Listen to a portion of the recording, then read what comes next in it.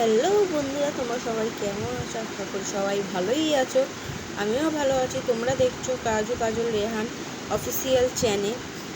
তোমরা দেখো, আমি আজকে মাছের ঝোল করবো বলে হাজির হয়েছি। আমি কেমন করে কি মাছের ঝোল করি দেখো, নতুন নিয়মে একটা মাছের ঝোল করছি। এটা আমার শাশুড়ির রেসিপি, আমাকে শিখিয়ে দিয়েছে।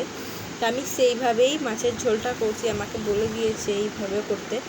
দেখো, আমি তেল দিয়ে দিয়েছি তাওয়াতে, কড়াইতে তেল দিয়ে এখন দেখে নিচ্ছি তেলটা গরম হয়েছে কি না। এবারে আমি আস্তে আস্তে সব মাছগুলো নুন হলুদ মাখিয়ে নিয়ে এবারে দেখো তেলটাকে একটু নাড়িয়ে নেবো যাতে চারিদিকে হয়ে যায়। নাড়িয়ে দিয়ে মাছগুলো দিয়ে দেবো। দেখো, আমি সব মাছগুলো ভাজা করে নেবো। আস্তে আস্তে সব মাছগুলো দিতে হবে, কেন এটা ইন্ডাকশনের কড়াই, এটাই খুব লেগে যাওয়ার ভয় থাকে। আমি ওই জন্যই একটু মাছগুলোকে নাড়িয়ে দিচ্ছি যাতে ভালোভাবে প্রপারলিভাবে ভাজা হয়। আর এই মাছটাকে বেশি ভাজা যাবে না, হালকা হালকা করে আমি জাস্ট ভেজে নেব। সরিয়ে নিচ্ছি, আরও 2-3টে মাছ আমি দিয়ে দেবো এর ভেতরে। আমি মাছগুলো সব একেবারেই ভেজে নেব। দেখো, মাছগুলো সুন্দরভাবে ভেজে নিয়ে আমি সরিয়ে দিচ্ছি যাতে না লেগে যায়। আর তেলটা ভালোভাবে তোমরা গরম করে নেবে, ননস্টিক কড়াইতে নয়, খুব মাছ লেগে যায়। তোমরা ভালোভাবে গরম করে নিয়ে ভালোভাবে প্রপারলিভাবে ভাজবে, যাতে যেটা আমি করবো রান্নাটা, যে রান্নাটা করবো খুব সিম্পল রান্না, 5 মিনিটেই হয়ে যায় রান্নাটা। তোমরা দেখলে ভালোই লাগবে। আর নিশ্চয়ই এই রেসিপিটা তোমরা টেস্ট করে দেখবে, তোমাদেরও ভালো লাগবে। কেন আমি একবার টেস্ট করে দেখে ওই জন্যই তোমাদেরকে রেসিপিটা আমি শেয়ার করলাম। আমার শাশুড়ি মায়ের রেসিপি, পুরনো রেসিপি।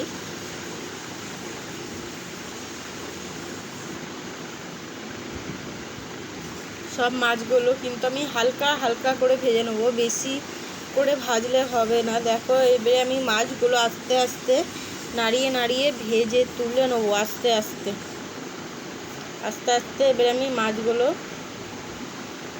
আর একবার উল্টে দিচ্ছি যাতে বেশি কাঁচা না থাকে। কাঁচা থাকলে কিন্তু মাছগুলোর একটা আঁশটানি গন্ধ বেরোয়। তার জন্য আমি ভালোভাবে মাছগুলোকে ভেজে নিয়ে তুলব।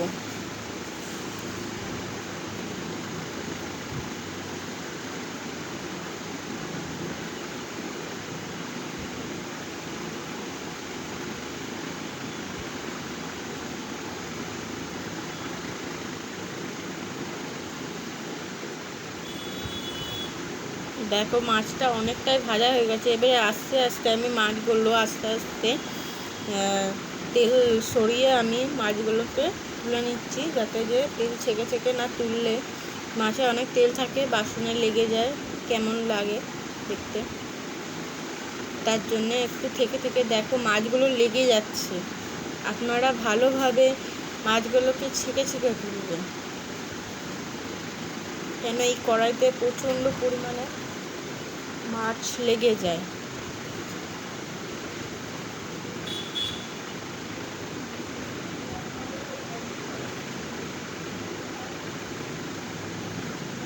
দেখো, আমি এতে কালো জিরে ফোড়ন দিচ্ছি। এবারে আস্তে আস্তে 2টো শুকনো লঙ্কা ফোড়ন দিলাম, দিয়ে ভালোভাবে লাল করে নিতে হবে। আমি কালো জিরে ফোড়ন দিয়েছি আর শুকনো লঙ্কা ফোড়ন দিয়েছি। এবারে এতে দেখো লাল লাল করে ভেজে নেবো, যাতে যে দেখতে সুন্দর হয় জিনিসটা। ভালোভাবে ভেজে নেব, নিয়ে এতে কটা কাঁচা লঙ্কা এবারে দিয়ে দেবো। কেন কি এখানে আমি কোনো বাটা কোনো গুঁড়ো জিনিস আমি অ্যাড করব না।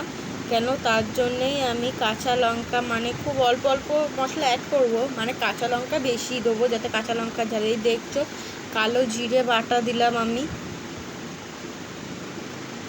আর এখানে কালো জিরে বাটার জলটা যে হয় শিলে থাকে, সেই জলটা আমি দিয়ে দিলাম। কালো জিরেটা কিন্তু শিলেই বাড়বে, তাতে টেস্টটা বেশি বাড়ে। আমি এতে পেঁয়াজও দেবো না, কোনো আদা রসুনও দেবো না, আমি শুধু জিরে বাটা দিয়ে মাছটা করব। আর এই যে কাঁচা লঙ্কাগুলো দেখছো, এই কাঁচা লঙ্কার ঝালটাই টেস্ট হবে।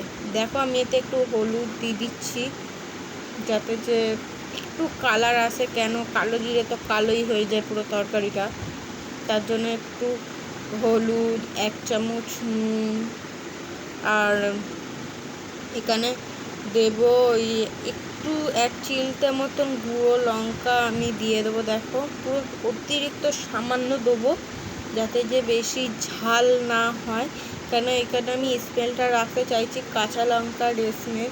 এতে এবারে একটু ধনে জিরে মিক্সড করা আমি মশলা দেবো, মিক্সড করে রেখেছি আমি এটা, কেন যে তাড়াতাড়ি হয়ে যাবে, দিলে অত টাইম লাগবে না। দেখো আমি এতে সামান্য পরিমাণ চিনি দিচ্ছি একটু, দিয়ে এবার ভালোভাবে নাড়িয়ে নেবো তরকারিটা। নাড়িয়ে নিয়ে একটু যাতে হয় মশলাগুলোর গন্ধ না থাকে তেমনভাবে আমি একটু ভেজে নেবো মশলাগুলো।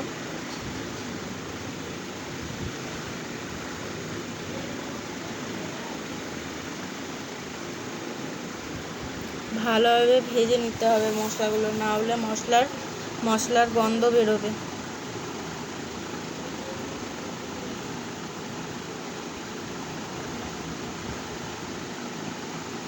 মশলাগুলো এবার লেগে যাচ্ছে, দেখো মশলাগুলো ভালোভাবে ভাজাও হয়ে গেছে। এবারে এতে দিয়ে দেবো জলটা একটু বেশি করেই দিতে হবে, কেন তরকারিটা ফোটালেই কিন্তু জলটা অনেকটা কমে যায়, তার জন্য জলটা একটু বেশি করেই দিয়ে দেবো, যাতে যে মাছটা দিলে মাছটা একটু ডুবে থাকে মাছটা, তার জন্য। এবারে আমি তরকারিটা এরকমভাবেই রেখে দিলাম, রেখে এবারে 2-3টে কাঁচা লঙ্কা আরও আমি দিয়ে দেবো যাতে যে গন্ধটা স্মেলটা খুব সুন্দর আসে, তার জন্যে। আর এবারে আমি দেখো অনেকক্ষণ পরে ভিডিওটা দিচ্ছি কেটে, ঝোলটা ফুটে গেছে। এবারে আমি আস্তে আস্তে ঝোলটাকে নাড়িয়ে এবারে মাছ আমি দিয়ে দেবো আস্তে আস্তে। দেখো ঝোলটা ফুটে গেছে পুরো।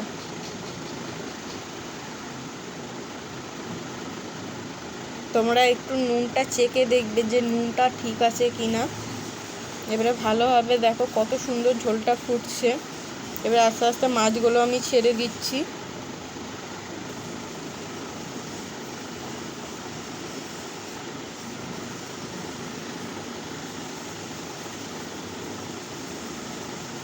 দেখো সব মাছগুলো দিয়ে দিলাম, দিয়ে এবারে আমি ঢাকা দেবো।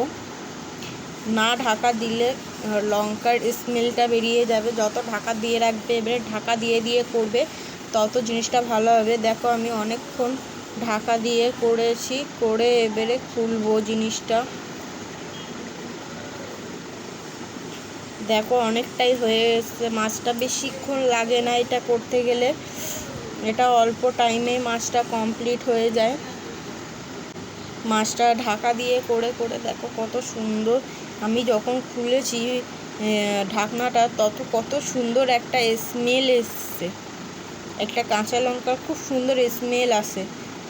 এতে তোমার কোনো কিছুই মশলা পড়বে না, এই সামান্য অতি অল্প অল্প মশলা পড়বে। আর মেন হচ্ছে কালো জিরে বাটাটা, ওর স্মেলটা খুব সুন্দর লাগে এই মাছ তরকারিতে, আর খেতেও খুব অসাধারণ লাগে। আবার আমি চাপা দিয়ে দিলাম দেখো যাতে আরও ভালোভাবে মানে কাঁচা লঙ্কার সেন্টটা ওঠে। দেখো আবার কিছুক্ষণ পরে আমি তুলে দিয়েছি, তোমাকে আমি ভিডিওটা কেটে কেটে দেখাচ্ছি, নয় যদি অনেকটা দেখাই, পুরোটা দেখালে অনেকটা বড় হয়ে যাবে। দেখো আমার মাছের ঝোলটা এরকম এতে এসছে, যাতে আমি কিছু মশলা মিক্সড করেছিলাম যাতে ভালো লাগে। আর এই যদি মাছের ঝোলটা ভালো লাগে সাবস্ক্রাইব করো প্লিজ।